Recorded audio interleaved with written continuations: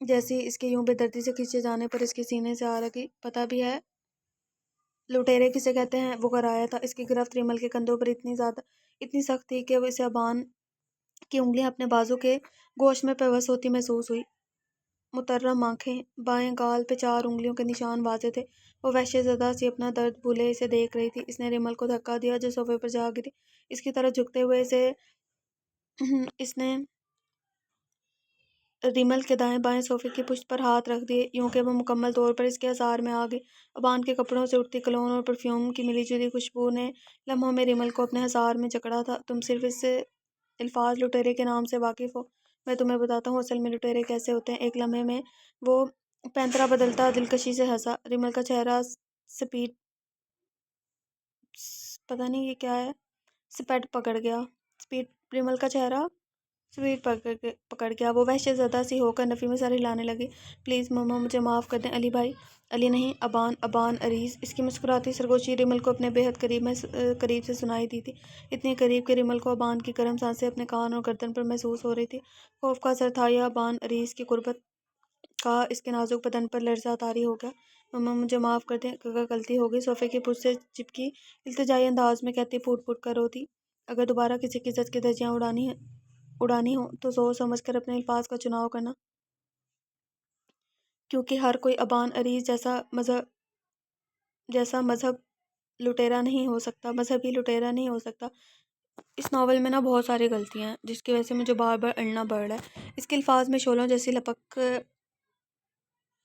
لپک تھی اور اس کو چھوڑ کر وہ پیچھے ہٹا اور کمرے سے باہر نکل گیا۔ بھلا پہلے کب وہ ایسے حالات سے نبرد آزما ہوئی تھی؟ عہد کے سوا کبھی کوئی مرد اس کی زندگی میں نہیں آیا تھا۔ ابان عریض نے لمحوں میں اس کا سارا خون نچوڑ لیا تھا۔ اس کی دھڑکنیں جو کب سے تھم تھم کر چل رہی تھی رکتی محسوس ہوئی تھی۔ کون ہے یہ ابان عریض؟ سارا کے پوچھنے پر عہد کی بائیں جانب ٹیس اٹھی تھی۔ عہد، یوں نظریں چرانے سے معاملات سلجھتے نہیں ہیں اور نہ ہی حقیقتیں چھپتی ہیں۔ میں نہیں جانتا۔ عہد کی سپاٹ آواز گونجی تھی۔ آپ نہیں جانتے؟ سارا نے طنزیہ نظروں سے عہد کی طرف دیکھا جس کا چہرہ اور آنکھیں دونوں ہی خطرناک حد تک سرخ ہو رہے تھے۔ ہاں تو آپ واقعی نہیں جانتے؟ مان لیا۔ تو پھر جب وہ ریمل کو لے کر جا رہا تھا تو آپ نے اسے روکا کیوں نہیں؟ عہد، آپ جانتے ہیں ریمل میں آنٹی کی جان ہے اور وہ اس پر قیامت مچا دیں، مگر وہ 4 دنوں سے اپنے کمرے میں بند ہے۔ عجب تماشا ہے۔ سارا کے بولنے پر عہد کے سر میں درد کی شدید لہر اٹھی تھی۔ سارا پلیز لیو می الون۔ وہ بے بس ہوا۔ سارا سرخ چہرہ لیے وہاں سے اٹھ گئی تھی۔ عہد کو لگا اس کے دل کی رگیں کوئی کھینچ رہا ہے۔ اتنے سالوں بعد پھر سے کہاں سے، اور وہ بھی ابان عریض کی صورت میں؟ اگر اس نے بدلہ ہی لینا تھا تو میری معصوم ریمل کیوں؟ اور مما، وہ کیوں اتنی شاکڈ ہیں؟ وہ بھی ابان عریض کے نام پر؟ وہ تو ابان کو جانتے بھی نہیں ہیں۔ عہد کے لیے عالیہ بیگم کا رونا ناقابل فراموش تھا۔ وہ جتنا سوچ رہا تھا اتنا الجھتا جا رہا تھا۔ گاڑی پورچ میں رکی تھی۔ راجو نے پھرتی سے آگے بڑھ کر گاڑی کا دروازہ کھولا اور اس کے ہاتھ سے بیگ لے لیا۔ ابا نے حیرانگی سے راجو کی پھرتیاں دیکھی تھی۔ واہ یار، آج آنکھ جلدی کھل گئی ہے تمہاری، یہ چھٹی چاہیے۔ وہ راجو کی تیزی پر مسکرایا۔ 20 سالہ راجو چھپٹ گیا تھا۔ نہیں بھائی، وہ دراصل ابان کو وہ ذرا بے چین لگا تھا۔ کیا بات ہے بھائی؟ رمیسا بی بی اور پھپھو جی آئی ہیں۔ راجو کی اطلاع پر وہ دھک سے رہ گیا تھا۔ ان کا تو کوئی پلان نہیں تھا آنے کا، اگر ہوتا تو مجھے ضرور بتاتی۔ ابا نے خود کلامی کی۔ اس نے اپ سیٹ ہوتے ہوئے دائیں ہاتھ کی انگلی سے پیشانی کو مسلا اور قدم اندر کی جانب بڑھا دیے۔ راجو سر جھکائے اس کے پیچھے چل پڑا تھا۔ سامنے لاؤنج میں ہی اسے گل بانو مل گئی تھی۔ انہوں نے والہانہ انداز میں آگے بڑھ کر اس کی کشادہ پیشانی پر بوسہ دیا اور سینے سے لگایا۔ سوری پھپھو، میں آ نہیں سکا، آج کل ایک نازک کیس پر کام کر رہا ہوں، ورنہ میں خود رومی کو لینے جاتا اسلام آباد۔ آپ بتائیں آپ کی طبیعت کیسی ہے؟ ابا نے انہیں اپنے بازو کے گھیرے میں لیتے ہوئے کہا تو وہ مسکرا دی۔ میں جانتی ہوں تمہیں صفائیاں دینے کی ضرورت نہیں، اور اس عمر میں طبیعت میں اونچ نیچ تو ہوتی ہی رہتی ہے۔ ان کے لہجے میں اس کے لیے محبت ہی۔ رومی تمہیں بہت یاد کرتی ہے، بس اس نے سارا یہ پروگرام بنایا۔ اس کی بات سن کر ابان ہنس پڑا۔ اب کہاں ہے؟ آ گئی میں۔ اچانک وہ اندر داخل ہوئی۔ آئی مس یو سو مچ ابان عریض، وہ اس کے سینے سے لگی بولی تھی۔ Miss you too sweetie. Aban کا دل بہن کی محبت سے لبریز ہوا۔ گل بانو نے دل ہی دل میں دونوں کی نظر اتاری تھی۔ اچھا اب جلدی سے فریش ہو کر آؤ، میرا صبح سے بیک کیا ہوا کیک خراب ہو جائے گا۔ رومیسا اس سے الگ ہوتے ہوئے بولی۔ ابان کی آج سالگرہ تھی، وہ کبھی بھی سیلیبریٹ کرنے کے حق میں نہیں رہتا تھا۔ یہ رومیسا ہی تھی جو زبردستی گھر میں کیک بیک کر کے تقریب کا اہتمام کرتی تھی۔ اس تقریب میں گھر کے ملازمین ہوتے تھے یا وہ دو بہن بھائی اور گل بانو۔ وہ ہمیشہ سے رومیسا کی محبت کے معاملے میں بے بس رہا تھا۔ اس نے گہرا سانس بھرا تھا اور کوٹ بازو پر ڈالتا سیڑھیاں چڑھ گیا۔ یا رومی، میں بچہ تھوڑی ہوں اور کیک کاٹتے ہوئے اچھا لگوں گا کیا؟ مجھے خود پر ہنسی آ رہی ہے، میری جگہ کیک پر چھری تم چلاؤ۔ وہ گریزاں تھا۔ رومیسا نے زبردستی چھری اس کے ہاتھ میں تھمائی تھی۔ کیک کاٹیے بیرسٹر ابان اریز، اور تھوڑا سا مسکرا بھی دیجیے۔ یہاں آپ کے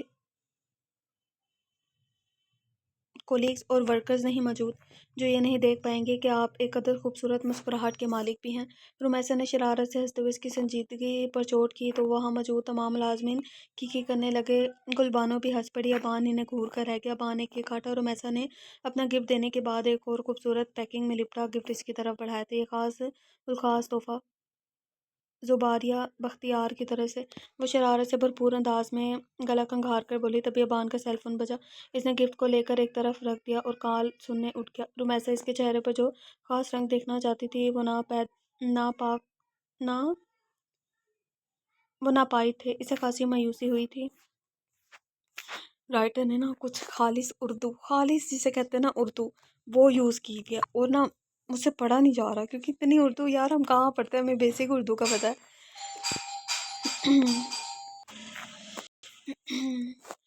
دروازہ کھلنے کی آواز آئی اور پھر بند ہونے کی۔ وہ سامنے ہی فرش پر دیوار سے ٹیک لگائے گھٹنوں پر سر دیے بیٹھی تھی۔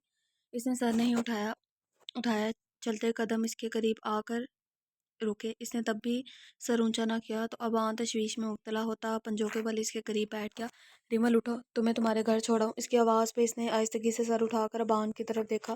اس کا یوں دیکھنا قیامت ڈھا گیا تھا۔ بادل گرجے اور دور کہیں بجلی گری تھی۔ اس کی آنکھیں رونے کی وجہ سے مزید قاتلانہ لگ رہی تھی۔ اس کے تھپڑ کے باعث ریمل کے ہونٹ کا کنارہ پھٹ گیا تھا۔ وہاں ابھی بھی خون جمع ہوا تھا۔ ابان نے نظریں چرا لی۔ میرا گھر؟ اس نے جیسے خود کلامی کی تھی۔ ہاں، تمہارے گھر۔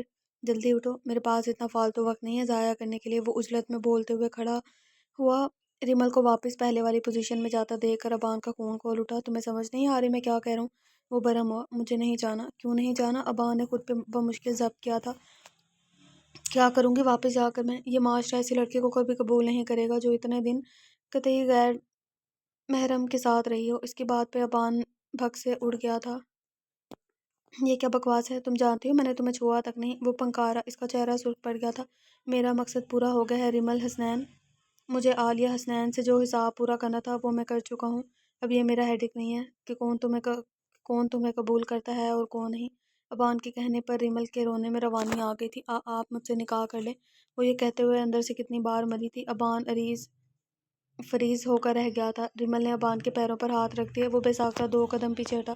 میں ایسی زندگی نہیں جی سکتی جہاں لوگوں کی چپتی نظریں میرے وجود کو چھلنی کر دیں۔ پلیز آپ مجھ سے نکاح کر لیں، میری موت کو آسان بنا دیں۔ آپ کو اللہ کا واسطہ ہے۔ وہ رو رہی تھی بلک بلک کر۔ وہ وکیل تھا۔ اس کے لیے کون سا مشکل کام تھا جعلی نکاح نامہ تیار کرنا۔ ریمل اس وقت اس قدر تو وحشت زدہ تھی کہ وہ اسے بآسانی ٹریپ کر گیا تھا، مگر اس وقت ابان کے دل کو خوف خدا نے اپنے حصار میں لے لیا تھا۔ بھلا وہ کون تھا بدلہ لینے والا؟ وہ بھول گیا تھا اوپر بیٹھی ذات زبردست بدلہ لینے والی ہے۔ وہ پلٹا اور وہاں سے نکلتا چلا گیا۔ اپنے نسوانی غرور و وقار کے رل جانے پر وہ وہیں اوندھے منہ فرش پر گری پھوٹ پھوٹ کر رو دی تھی۔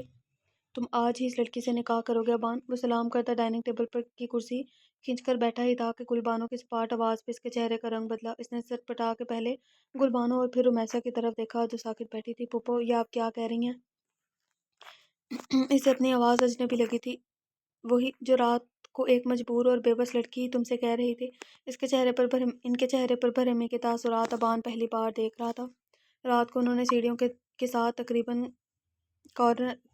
کارنر میں بنے روم کی لائٹ جلتی دیکھی، جہاں دن میں انہوں نے اس کے دروازے پر تالا پڑا دیکھا تھا۔ وہ چند قدم آگے ہوئیں تو انہیں ابان کی غسیلی آواز کے بعد آنسوؤں سے بوجھل التجا کرتا لہجہ سنائی دیا۔ ان کا ہاتھ بے ساختہ انداز میں اپنے ہونٹوں پر گیا تھا۔ اس کے کردار کی مضبوطی سے وہ بخوبی واقف تھیں۔ تو پھر یہ سب کیا تھا؟ اور انہیں یہ پہچاننے میں ذرا دقت نہیں ہوئی تھی کہ وہ لڑکی کون ہے؟ اس کے لیے رات کاٹنا دوبھر ہو گیا تھا۔